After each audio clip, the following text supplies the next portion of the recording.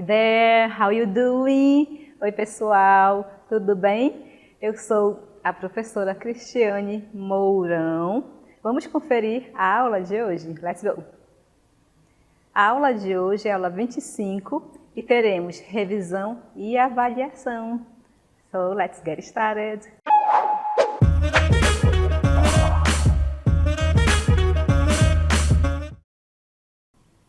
Vamos relembrar um pouco desta unidade. Eu vou começar aqui relembrando alguns verbos. Vamos lá, let's go!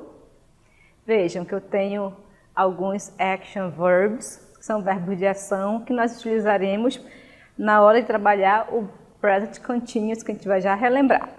Temos aqui o verbo read, que é ler, cook, cozinhar, swim, nadar, ride a bike, andar de bicicleta, watch TV, que é assistir TV, talk, conversar. Se vocês prestarem atenção, todos eles indicam uma ação, tá? O próximo será o verbo study, que é estudar, também é uma ação. Play é o verbo jogar, tocar, brincar, então ele tem vários significados. Assim como algumas palavras na língua inglesa também, tem vários significados uma palavra. Tem o work, trabalhar. Listen to é o verbo ouvir, a gente não pronuncia aí a letra T, de falar listen to, ok? Run, correr, um verbo bem curtinho. Dance, dançar, ok? Vamos trabalhar agora os verbos que nós acabamos de ver, né? Juntamente com o present continuous, que a gente vai rever agora. Vamos lá. O present continuous é basicamente, ele se trata de ações que nós estamos fazendo neste momento, tá? Então, o que nós estamos fazendo? Estudando, prestando atenção, assistindo, ouvindo, são ações, certo? A pergunta mais utilizada do present continuous é essa aqui, what are you doing? What are you doing? Então, a gente usa muito durante o nosso dia a dia, a gente pergunta, o que você está fazendo? Sempre a gente pergunta isso para as pessoas, então esse aqui na língua inglesa também é uma pergunta-chave que a gente precisa aprender para utilizar. Então, what are you doing significa o que você está fazendo? Resposta, I'm playing soccer. Eu estou jogando futebol. Aqui, se vocês observarem, eu tenho I'm, tá? O verbo to be aqui na oração aparece e o verbo play, só que o verbo play, ele veio com uma modificação, que é o ing. Então, a característica do present continuous na formação de frases é o quê? To be, que é o am, was e o are. O verbo principal juntamente com ing. Não pode esquecer, porque o ing indica algo que está acontecendo agora, certo? E aí que you, eu pergunto com you, respondo com I, mas os demais, vamos ver. A gente vai observar ali na hora da pergunta o sujeito, vamos ver. What she doing? What she doing, né? Então, o que eu estou falando aqui? O que ela está fazendo, tá? O que ela está fazendo, ok? Doing aqui porque eu estou falando do present continuous. Esse ing indica esse tempo verbal aqui, certo? Como eu tenho na minha pergunta o she, eu terei o she na minha resposta, ok? Então, she is working out, ok? Ela está malhando. Qual é o verbo principal ali da minha oração que indica o que está acontecendo? É work. Mas eu preciso acrescentar o ing depois dele. Quando for plural, o que acontece? Porque o she aqui é singular, o you eu respondo com I. Vamos ver, quando nós temos plurais. Acompanhem. Tá. Toda vez que vocês observarem o uso do are, no geral, né, na maioria das vezes, ele é plural, tá bom? Então, what are they doing? O que eles estão fazendo, tá? E aí que você vai responder como? They, porque eu tenho o they na pergunta, tá? E aqui eu vou utilizar o are. They are running. They are running. ok?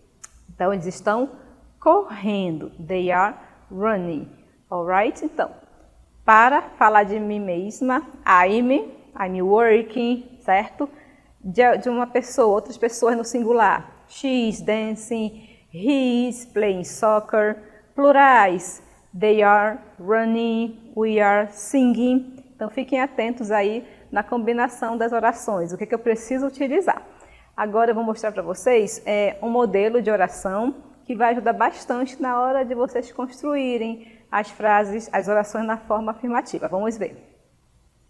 Observem que eu separei tudinho aqui, né? Lá no início, se for afirmativa, se eu estiver afirmando, eu vou usar o sujeito. Aqui eu tenho I, o she, o they, mas pode ser Cristiane, por exemplo, como sujeito. My father, my friend. O sujeito tem várias maneiras de utilizar o sujeito, não são só esses, certo? E aí que o present continuous precisa de dois verbos, todas as vezes, que é o to be, ele aqui é verbo auxiliar.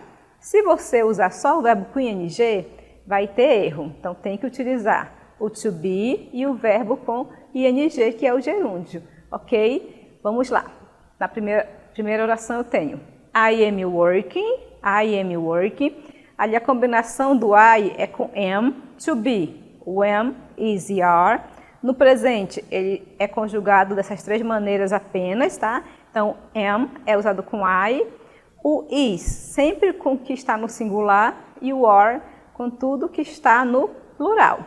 Aqui na próxima oração, she's sleeping, ela está dormindo, they are cooking, eles estão cozinhando. Sempre lembrando aí da estrutura. Vamos ver um pouquinho aqui as regras de ortografia? Let's go! Vamos lá. O que você vai fazer? Você vai acrescentar ing aonde? No final do verbo principal. Não é para acrescentar o ing lá no is, no are, tá bom? É no verbo principal, no verbo que indicação. Os verbos que nós acabamos de ver lá no começo da aula, tá bom? Então, a regra geral, quer dizer que é a regra principal, que é a maioria, que são quase todos, eles vão receber ing, só isso. Não precisa fazer praticamente nada, só coloca o ing e aí você tem o gerúndio do verbo, ok? Mas em algumas situações, como vocês vão ver agora, nessas situações, que não é a maioria, não é a regra geral, é a minoria, então tem que se preocupar com essa regra aqui, porque são bem poucos verbos de ação que tem essa terminação, que vocês vão ver aqui, tá? E aí que se você tem um verbo curto, tá? Você vai fazer o quê? Vai observar a terminação dele. Se tiver aqui o CVC, o C é consoante, o V é vogal e C consoante de novo. Você vai precisar acrescentar mais uma letra antes do ing, tá bom? Vamos ver com mais detalhe aqui essa questão de dobrar a última letra. Vamos lá. Aqui no caso, pessoal, não é regra geral, certo? É uma exceção, são pouquinhos verbos que têm essa terminação, então não precisa se preocupar, tá bom? Vamos ver como é que fica. Eu vou dar outros exemplos dele. Aqui temos o run, que quer dizer correr, certo? O que eu fiz? Eu dupliquei a última letra porque eu tenho consoante, vogal, consoante. Da mesma forma, o verbo swim, tá? Observem que ele é o verbo curtinho, né? De uma sílaba. Daí, você observa, você tem consoante, vogal, consoante. Então, no caso, o swim também vai dobrar, tá bom? Então, aqui o W, né? No caso, né? Ele vai ter esses sons aí, vai dobrar também. Vamos ver o próximo. Aqui, verbos terminados em E. Observem, verbos terminados em E perdem o que, gente? A letra E. Esse aqui também, ele é bem simples de ser trabalhado, tá? Se acabar em E, o que eu faço? Vamos ver. Eu vou eliminar a letra E, tá bom? Se acontecer isso, você vai retirar a letra E e acrescentar, ok? O ing, tá? Então, ride fica riding, ride fica riding. Mais um exemplo aqui de verbo. O verbo dance. O verbo dance. Eu vou retirar a letra E do final e ele vai ficar assim. Vamos ver. Dancing, dancing, ok? Riding, dancing. Na hora de formar frase, she, to be, she is, aí o verbo to be e o verbo principal, she's riding, olha o ing aqui, isso aqui é verbo to be, tá? She's riding a bike, então ela está andando de bicicleta, digamos assim. Dance, I am dancing, eu estou dançando agora, digamos assim. I am dancing now, eu estou dançando, ok? To be, o que eu disse para vocês, o que é o verbo to be? Quando é conjugado, flexionado, ele é is, é o am, tá? E também é o are, não esqueçam. Na hora de formar as frases, de falar, você vai precisar utilizar os verbos, certo? Então, tem essas regras aí. Mas vocês viram que só são 2 regras? A maioria deles já vai receber o ing direto. Então, não fica tão difícil. E para dizer não, tá? Ela não está fazendo tal coisa, ele não está fazendo, não está estudando, eu não estou. Como é que eu digo isso no present continuous? Vamos ver. Aqui, na forma negativa, nós vamos seguir aquele modelo que eu dei para vocês lá anteriormente. Tem sujeito, to be, ele não pode sair, ele vai estar sempre nas orações, na interrogativa, na afirmativa, certo? A palavra not, que quer dizer não. O que é o main verb? Aqui já está em inglês tudo, né? Main verb é verbo principal. Sempre o verbo principal é aquele verbo que indica uma ação, como nós vimos lá no começo.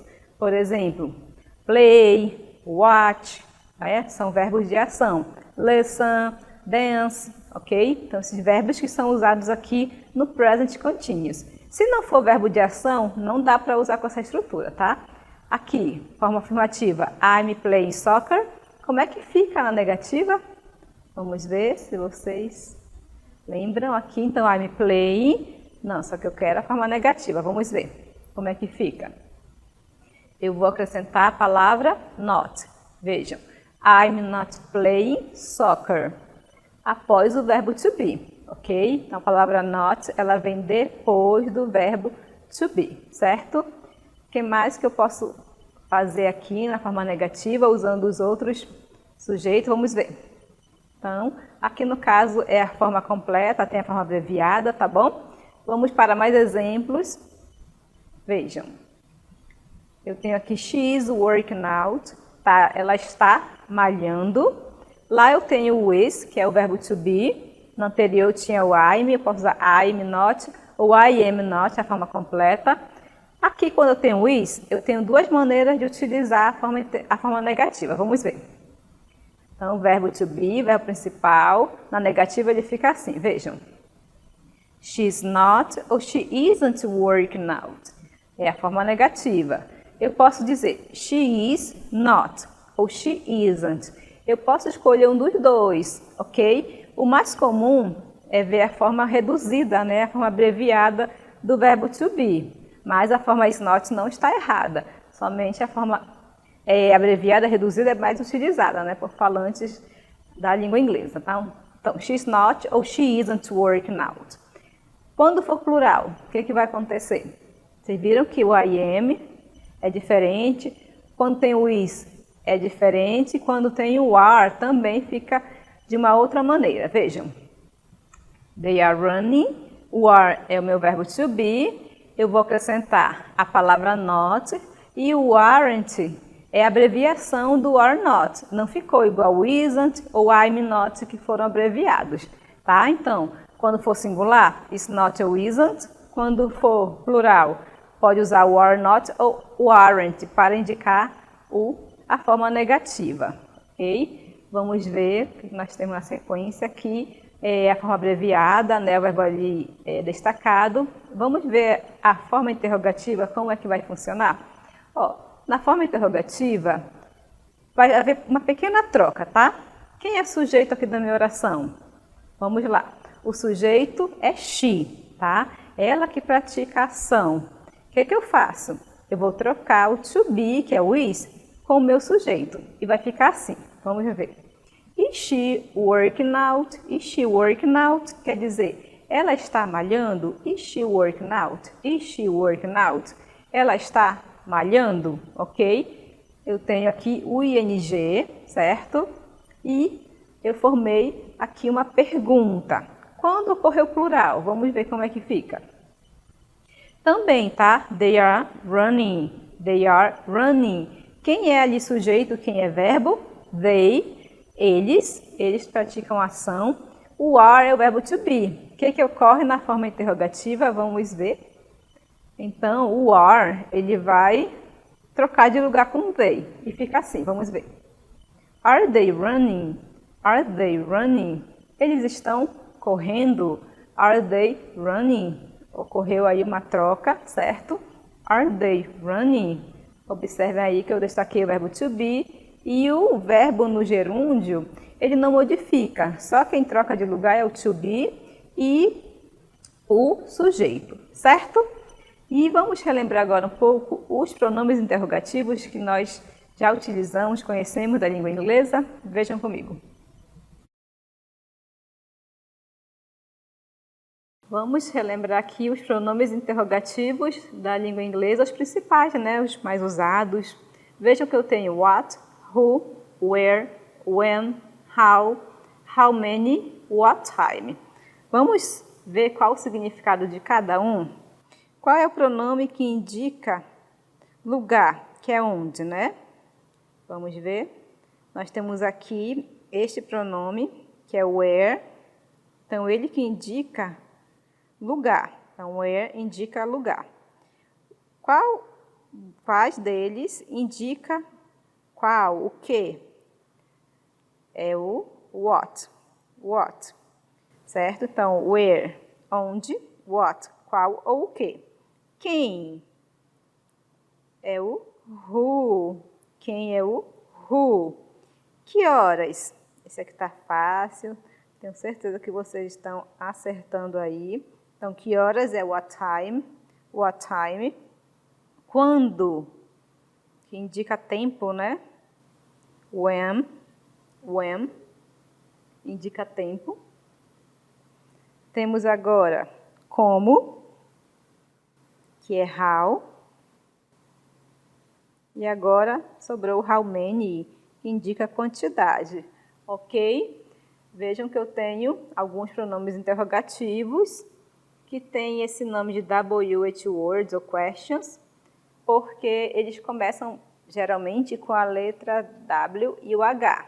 O how e o how many não acompanham, mas eles entram como pronomes interrogativos porque eles são usados para fazer perguntas, ok? E quando utilizaremos esses pronomes em orações? Vejam comigo. A gente vai utilizar sempre que a gente precisar de uma resposta mais completa, tá? E eles vão iniciar a frase todas as vezes, certo? Aqui, ó, eu tenho where does Neymar live? Where does Neymar live? Então, where indica o quê? Lugar. Então, eu quero saber onde ele mora, ok? Onde ele mora é uma pergunta específica, eu quero saber mais, certo? Vejam como é que eu posso responder. A letra A, he lives in London ou he lives in Barcelona? Vamos ver a resposta aqui. Então, he lives in Barcelona. A próxima questão. Eu tenho assim, how many? Outro pronome interrogativo. Esse pronome, ele indica quantidade, eu quero saber quantos, né? How many brothers does Millie Bob Brown have? Aqui é quantidade. Where é lugar, when onde, tá? How many, quantidade, quantos? Vamos ver a resposta? She has three. She has three. E o que são mesmo os pronomes interrogativos? Vamos lá? Então, os pronomes interrogativos, eles são usados para fazer perguntas que respondemos com informações específicas, certo? Então, vocês vão utilizar essas palavras lá no início da oração para saber algo bem específico. É diferente de quando eu pergunto, você é de Manaus? Você responde sim ou não, ok? Você gosta de açaí, por exemplo? Eu respondo sim ou não. Aqui, quando eu uso esses pronomes, eu vou responder de forma mais completa, tá? O que você gosta de tomar, de beber à tarde? Ó, já mudou toda a pergunta e a forma de responder. Eu não vou responder com sim ou não. Eu vou dizer o quê? O que você gosta de beber, tomar durante a tarde? Ah, eu gosto de tomar açaí, por exemplo, ou refrigerante, ou suco. Então, algo mais específico, ok? E, para fechar aqui a aula, vamos rever aqui os pronomes interrogativos e os significados deles. Vamos lá? Pay attention.